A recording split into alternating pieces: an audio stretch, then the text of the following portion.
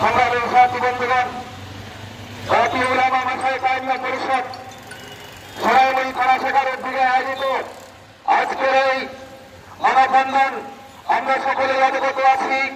গত 6 মে সোনাইমুড়ি মধ্যপাড়া জামে মসজিদের ইমামের উপরে তুচ্ছ ঘটনাকে কেন্দ্র করে সন্ত্রাসী কায়দায় নৃশংস হামলা করা হয়েছে। তার বিচারের দাবিতে আজকের আমাদের মানববন্ধন। ঠিক না বন্ধু আমার? ইতিহাস বলে ইতিহাস বলে রসুলদের উপরে আল্লাহ পবিত্র করে দুর্বলরা বারবার হামলা করেছিল। ঠিক না বন্ধু আমার?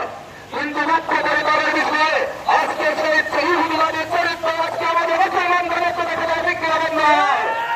যারা ইহুদিবাদের চরিত্রিত চরিত্রবান হয়ে আমার ইমামদের উপরে হামলা করেছে, আমার ইমাম ভাইয়ের উপরে নির্যাতন করেছে, আমরা শাস্তি দাবি করছি। ঠিক না বন্ধু আমার? সংগ্রামী সাথী বন্ধুগণ, অভিযোগের ভিত্তিতে সেই আসামিদের গ্রেপ্তার করা হয়েছে। আমরা দেখতে পাচ্ছি দলীয় অপরাধ এবং কৌতুকী মামলার কারণে তারা মুক্তার কাছে আসতে ঘুরছে। ঠিক না বন্ধু আমার? অতএব আজকের এই মানববন্ধন থেকে আমরা জাতিকে সজাগ করতে পারি, যারা আগামী দিনের এদেশের উলামায়ে-কেরামের উপরে রাজনৈতিক আমলাদের উপরে আক্রমণ করবে, হাত তুলবে, সে হাত ভেঙে চূর্ণ করে হবে। আমরা প্রশাসনকে বলতে চাই, অনতিবিলম্বে আসামিদেরকে গ্রেপ্তার করে সুস্থ তদন্ত করার মাধ্যমে ন্যায় বিচার নিশ্চিত করতে হবে এবং বর্তমানে নির্যাতিত সেই ইমামের যত ধরনের চিকিৎসা বাবদ ব্যয় হয়েছে তার পূর্ণ ব্যয় বহন করতে হবে আসামিদেরকে।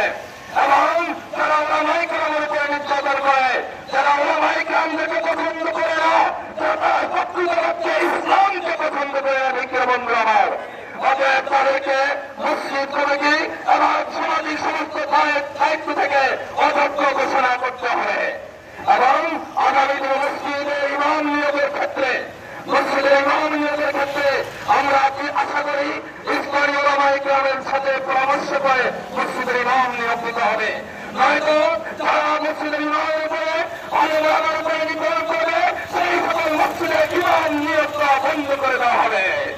অতএব আজকের এই মানববন্ধন থেকে আমরা আবারও যুক্তভাবে সকলকে জানাতে চাচ্ছি, সংগ্রামী সাথী বন্ধুগণ, কোন ইমামের উপরে আর কোন একটি গায়ে হাত তুলবে, কোন ইমামকে লাঞ্ছিত করা হবে, আমরা সেটা বরদাস্ত করে নেব না।